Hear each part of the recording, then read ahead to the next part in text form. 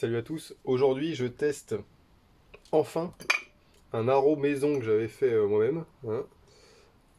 Je vais vous montrer un peu à quoi ça ressemble.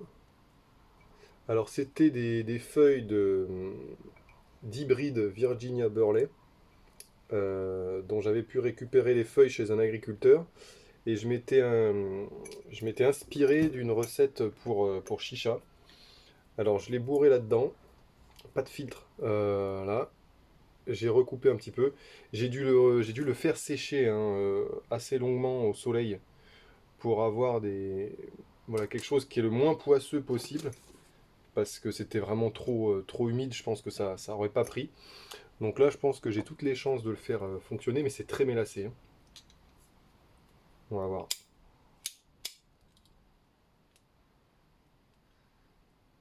On va faire avec une grosse allumette. Putain, j'en ai plus là, quoi. Allez, les allumettes, les allumettes.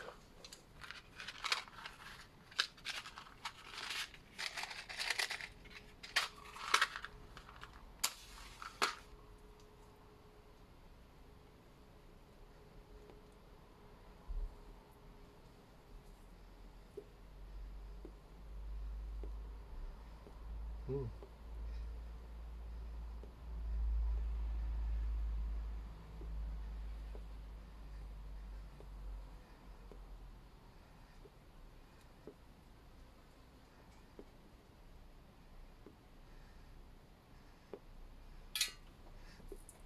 On a bien le petit côté sucré là en bouche, mais alors l'allumage va être compliqué.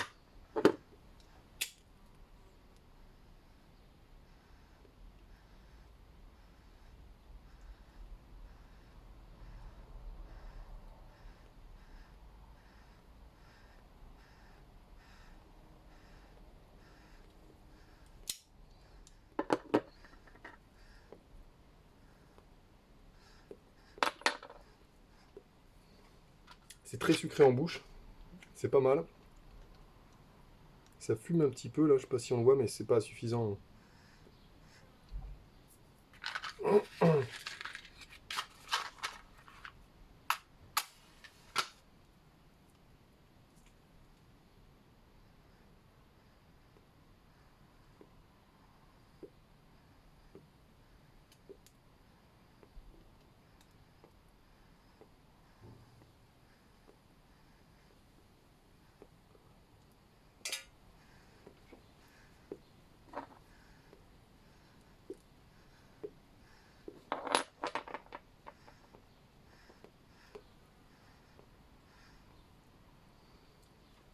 Ça se fume, alors il y a un goût sur la langue, un goût très sucré de miel, c'est bizarre.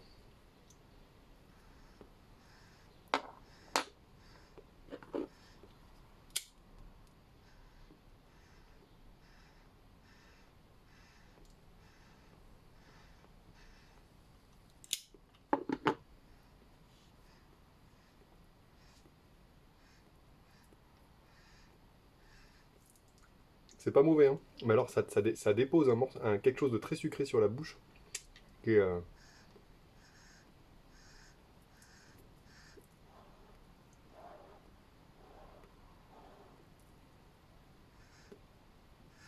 ouais, puis la combustion, c'est pas ça du tout, quoi. Il va falloir encore, à mon avis, le faire sécher.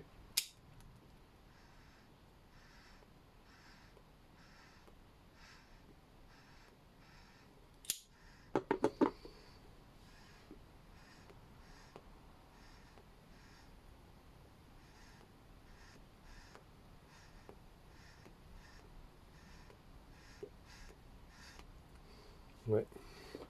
Après, il était plus sympa à fumer naturellement. Je peux pas vous le descendre, c'est un peu le bordel, mais j'en avais gardé un petit peu en bol. Là, actuellement, je vais vous montrer un petit peu ce que ça donne la récolte de cette année. Là, c'est les feuilles que je mets. Alors, c'est le début, hein, parce que j'ai encore beaucoup de plants dehors. Mais là, vous voyez, je les mets un petit peu là-dedans pour qu'elles fermentent tranquillement. Vous voyez, ça c'est du beurre lait qui est encore un peu humide. Donc je les laisse fermenter là-dedans. Et une fois que ça a bien fermenté, je les mets dans des pots comme ça. C'était les pots Action dont j'avais déjà parlé dans une vidéo. J'ai dû rajouter une pellicule pour les pots parfaits là. Et là c'est bien hermétique. Et là du coup je les mets, vous voyez, je les coupe un peu plus fin. Je vais vous montrer. Là, voilà. Je les coupe voilà, comme ça, pas plus petits. Pour les laisser finir de s'affiner tranquillement. Je les testerai. J'ai du Virginia aussi à venir. Pour l'instant en récolte j'ai que du beurre lait. Mais le beurre lait a l'air assez doux quand même. Bon, on va réessayer ça. Je vais y arriver, la fumer cette pipe. Sinon, je vais essayer avec autre chose.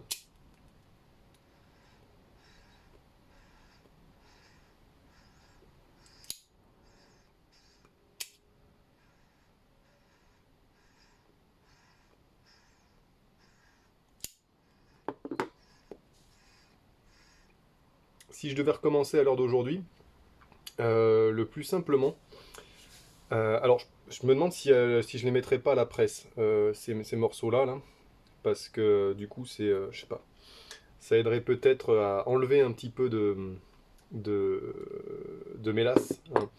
Souvent, c'est ce que je remarque quand je me suis mis pas mal à la presse de tabac. Là, j'ai récupéré, je vous l'avais déjà montré dans une autre vidéo, un pressoir tout prêt. Bon, par contre, ça fait pas des gros plugs. Donc, si vous voulez quelque chose de plus gros, bon, il y a mieux. Vous avez les gros tubes PVC là de 8 cm. Et il y a un type là qui utilise des trucs de hockey, des plugs de hockey là. Et ça tombe pile poil, c'est le bon diamètre. Et là, ça vous fait des plugs énormes. C'est pas mal.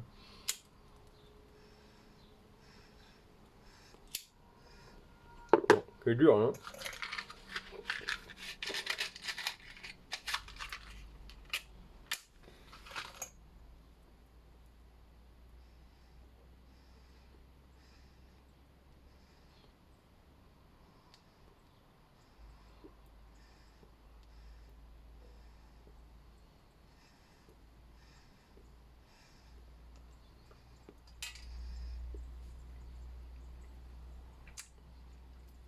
En tout cas, c'est pas mauvais, hein.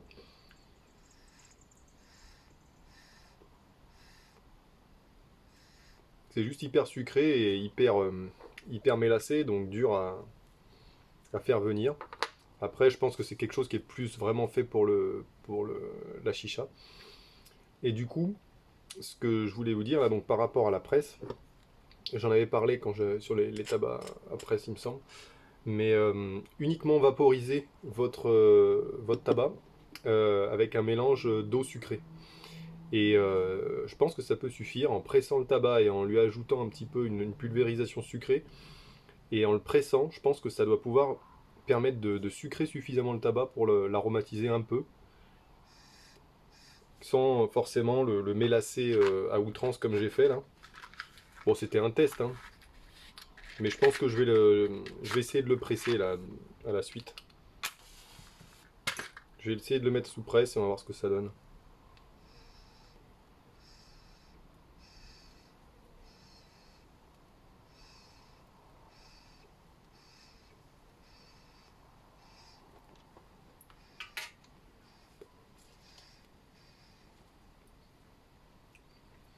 Vous avez vu, on y arrive, hein.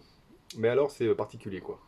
C'est, j'ai l'impression d'avoir mis un bonbon harlequin et puis de l'avoir allumé, quoi. Mais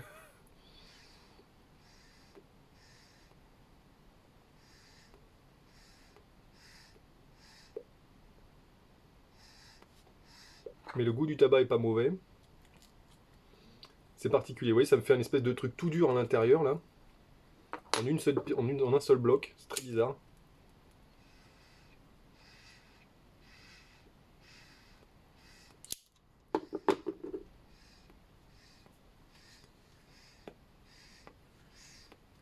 Bon, il y en a beaucoup qui me demandaient, donc du coup, bah, c'est pas encore ça, hein.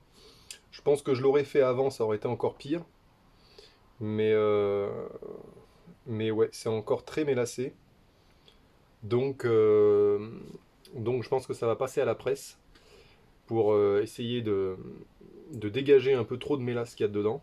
Je pense que ça va suinter, ça va dégouliner hein, en bas de la presse, mais c'est tant mieux. Et ça me permettra de, voilà, de sécher un peu le tabac. Et après, comme ça, je le ferai sécher tranquillement et ce sera mieux. Parce que là, j'ai beau le faire sécher même au soleil, je pense que le tabac va se dégrader et ah bah bon.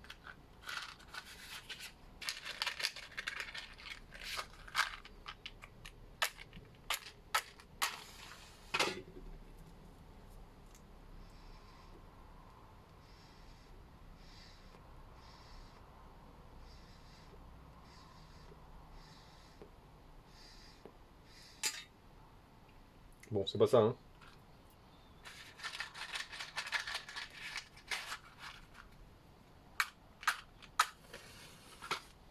Allez, un dernier coup.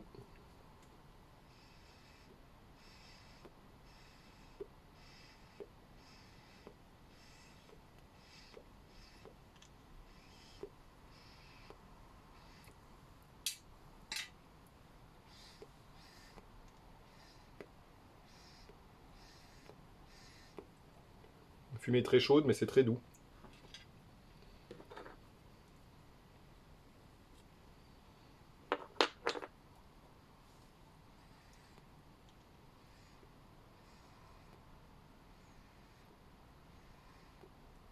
Je voulais vous dire aussi que vendredi, il y aura un live sur la chaîne de Centaure. Normalement, on va essayer au niveau technique de faire ça. On va vous prévenir sur l'heure, etc. Mais en soirée, je pense.